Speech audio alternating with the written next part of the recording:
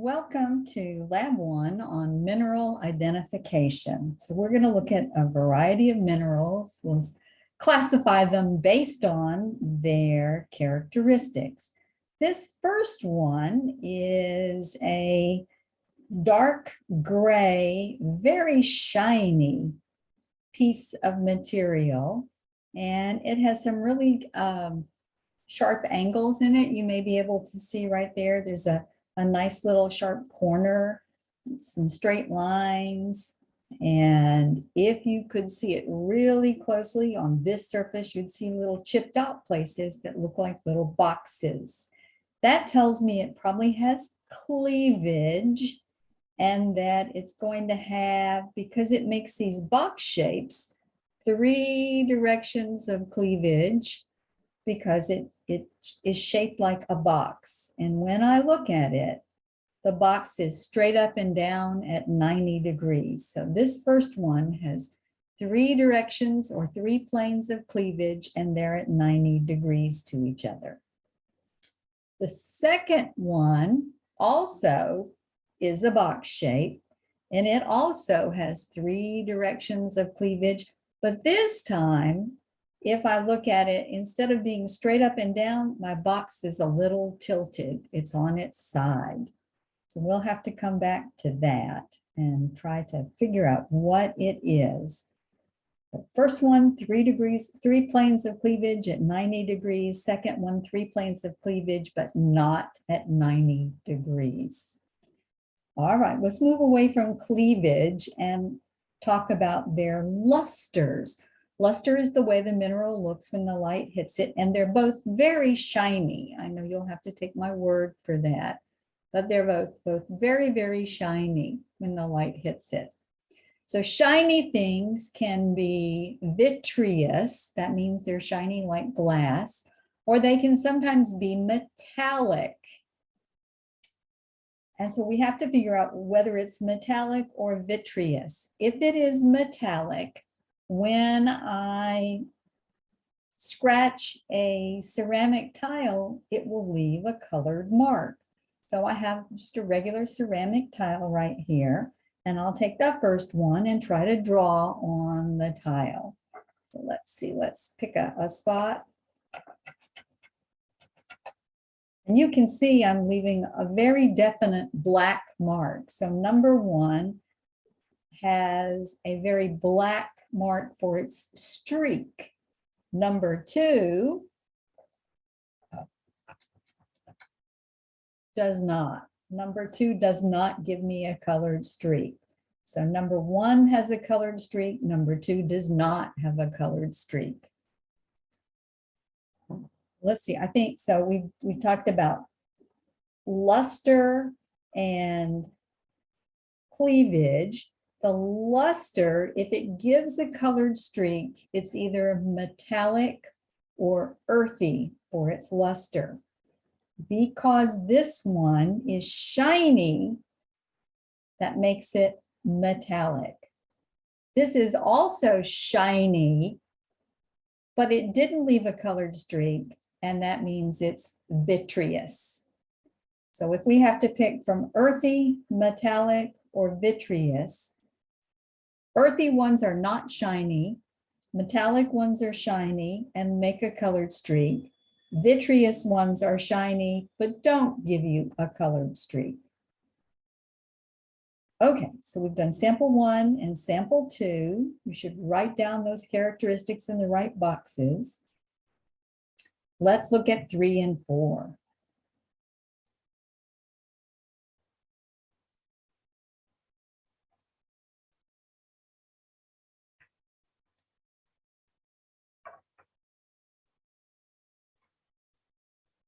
So sample 3 is not shiny.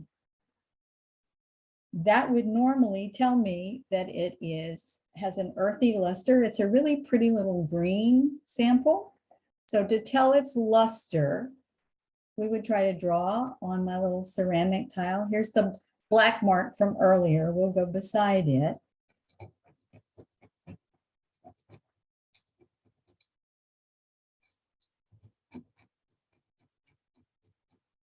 And I'm getting a very nice green streak out of all of that. I don't know that my camera shows it very clearly, but the mark is green right in through here.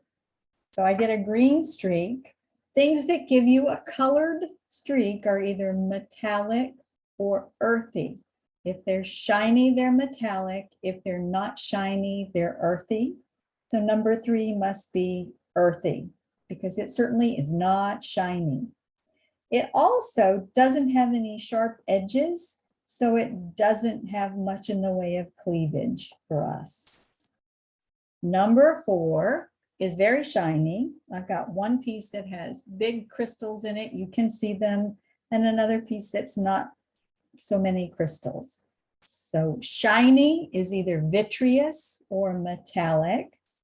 And to tell, we look for the streak. If we get a color, it's metallic. If we don't, it's vitreous. And you can see I've left a colored mark. So we get a colored streak. It's a black color. We got a black streak out of all of that from our very shiny sample. And again, while there are pretty crystals, lots of pretty crystals on this, it does not have any really good cleavage. All right, so we've done samples 1 and 2, 3 and 4. We know what their lusters are. We know if they have cleavage or not. Let's see about 5 and 6.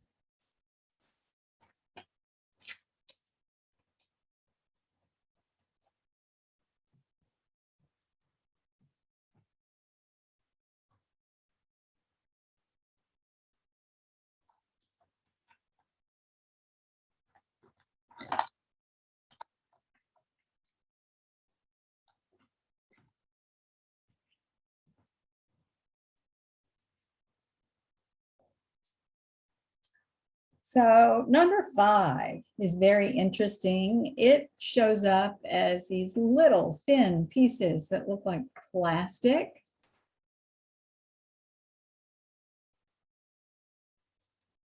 Now the big sample does have some sharp edges, but those are where it was cut.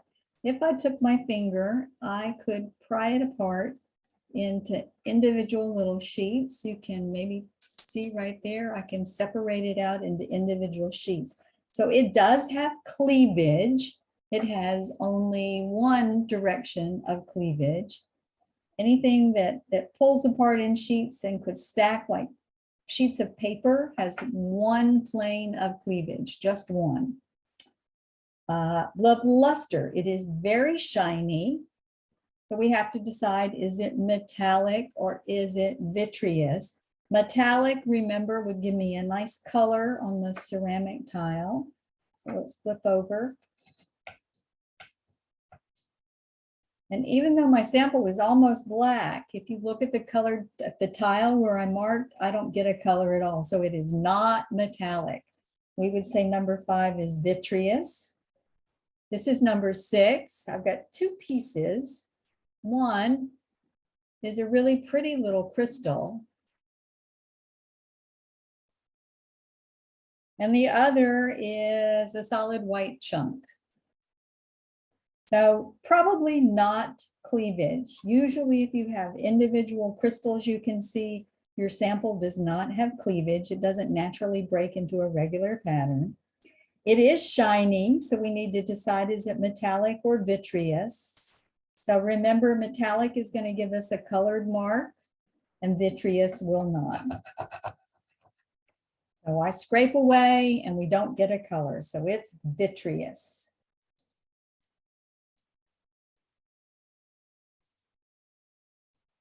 And then let's see. So that was 5 and 6. For 7 and 8.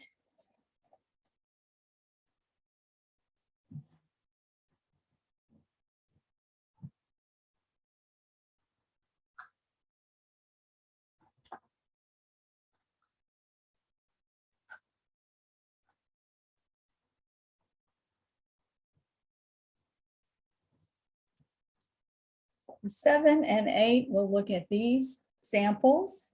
So number 7, I have two pieces in my box. One is a really pretty purple color, and the other is a real pale, sort of a blue-green color. It looks almost like colored ice. That's an interesting sort of color. And this looks like amethyst, but maybe not so much. So they are shiny. That means they're either metallic or vitreous for their luster. So we'll take the little colored stone and try to mark on our ceramic tile with it. So again, I scraped really hard, but I don't get a color. So it is not metallic, it's vitreous. It might have cleavage. It's a little hard to tell. We'll probably have to use other characteristics to help us figure out what this is. And finally, number 8. Number 8 is not shiny, which means it's probably earthy. Remember that the only ones that give us colored streaks are going to be earthy or metallic. It is not metallic. So just to be careful, you'll see that I got a colored mark, which means it has an earthy luster. There's one more thing about this that's very distinctive. It has an unusual characteristic, and that are these little round circles in it. The little round circles are little, they look like little dried peas. So it has little pea-shaped or round inclusions. And that's a unique characteristic of this particular mineral. So let's back up to sample number 2. We'll go back to number 2 because it also has an unusual feature that we didn't discuss.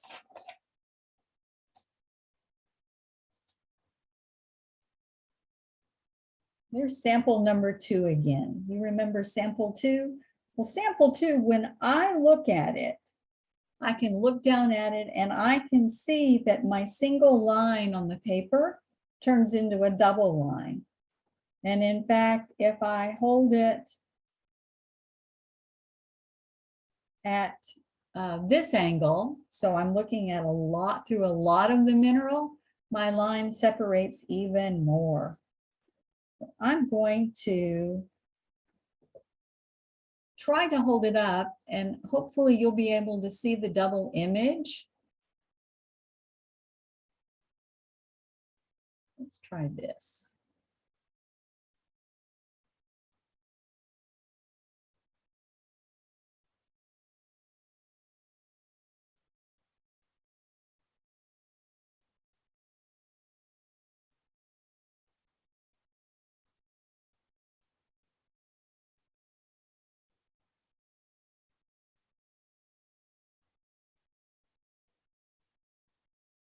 Well, it worked earlier. I'm not sure why I'm not getting a good result now, but we'll get, aha, there it was. Do you see?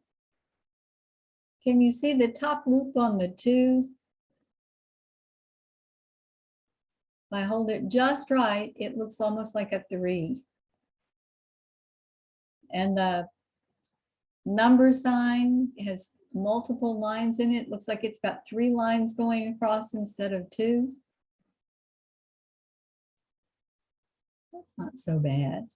So you're getting a double image of that. So sample number 2 has a unique characteristic that when you look through it, it takes the light and breaks it up into a double image. And that's going to help us identify what it is.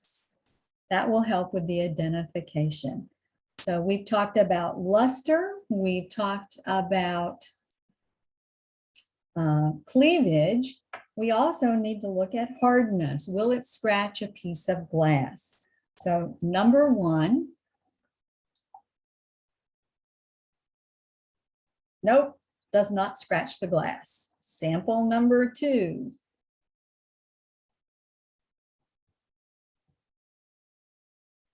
I can wipe that right away. It made white powder on my fingertip, but it did not scratch the piece of glass.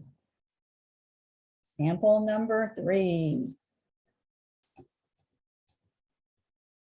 Oh, I'm grinding it up. I'm making green powder, but it does not scratch the glass.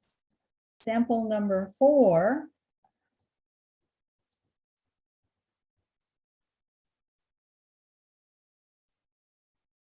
Maybe it might be scratching the glass. Sample number 5. Nope. I can make that go away. Sample number 6. We got to do a little better than this. Let's see. Oh dear. Can you see? It did scratch. So sample number 6, scratch the glass. Sample number 7. I don't know.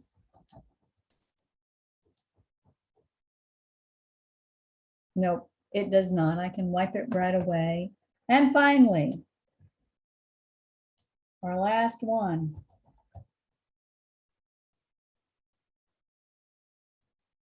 It made a brown powder, but I'm not really scratching. I'm getting brown powder. So if I get a colored powder, I'm grinding up the rock, not scratching the glass. So it didn't really scratch the glass either. All right, so the only one that seemed to scratch the glass for sure is sample number, let's see, 1, 2, 3, 4, 5, 6, sample number 6. All right, if they don't scratch the glass, we're supposed to try a fingernail. And we might have to do that later. I think we're going to have to do the fingernail later because I've got a little bit of varnish on my nail and that won't work. All right, we'll have some written instructions that talk about how you can use the information you have on cleavage, luster, and hardness, as well as the special characteristics, the unique color for number 3. It was sort of a pretty little green color. And number 8 was this brown color. Number 7 was purple. Whoops. Number 7 was purple or a sort of blue-green.